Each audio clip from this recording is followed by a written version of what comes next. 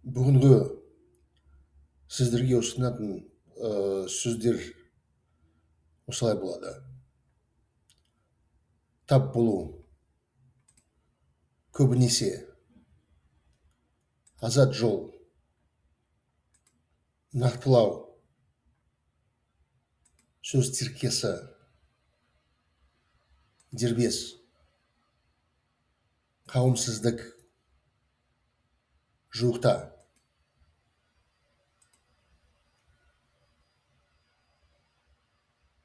Келесі мен сіздерге орыс тілінен нұсқауларды оқимын. Тыңдаңыздар. Сталкиваться.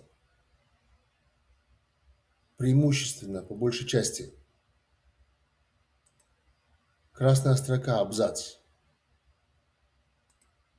Конкретизировать. Словосочетание. Особый. Сообщество. Недавно. Осы сөздердің тізімі алып, шармымды жазайын. Күтіп тұрыңыз. Шармамды жазып, сіздердің назарыңызға ұсынамын. Тыңдаңыздар.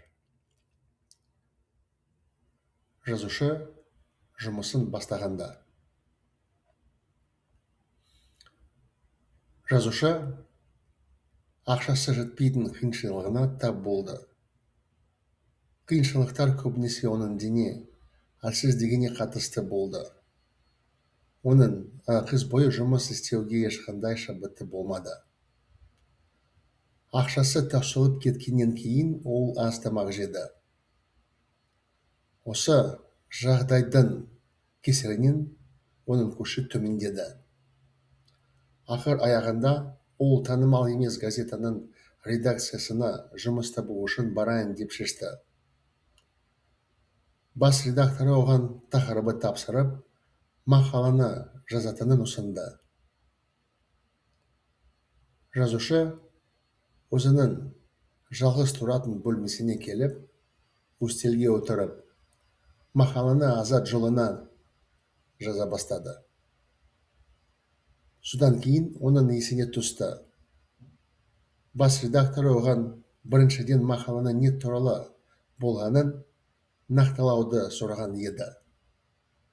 Ол бірнеше күн ойлағаннан кейін идеясына тап болған жоқ. Не істейін? Ол бар жаңа ұшқыш қауымсыздығына жуықта қосылды. Оның жазатын дербес тілі болғандықтан, ол сөз тіркестерінен жаңа әуес ойлағанын жөнінде жазуды бастаймын деп шешті. Қиындығы жазғанда, оның сөз тіркестерінен бірдеме құрастыруға болады. Мақала оның жаңа қауымсыздығына арналған болады.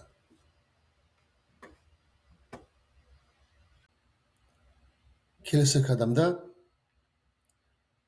синхрон аудармасын тырысыңыздар. Мен сіздерге мәтінді орыс тіліне оқимын. Тыңдаңыздар. Писатель начинает работу. Писатель столкнулся с трудностью нехватки денег. Трудности были связаны с его физической слабостью. Всю зиму у него не было вдохновения работать. Деньги кончились, и он стал мало есть. От этого его силы ослабли. В конце концов он решил пойти в редакцию одной неизвестной газеты искать работу. Главный редактор дал ему тему и сказал написать статью. Писатель пришел в свою комнату, сел за стол и начал писать статью с красной строки. Потом он вспомнил. Редактор просил сначала уточнить, о чем статья, Он несколько дней думал, но идеи не было. Что делать? Он вступил в новое сообщество пилотов недавно. Так как у него был свой стиль, он решил начать писать фразы про свое новое увлечение. Потом из этих фраз можно будет что-нибудь составить.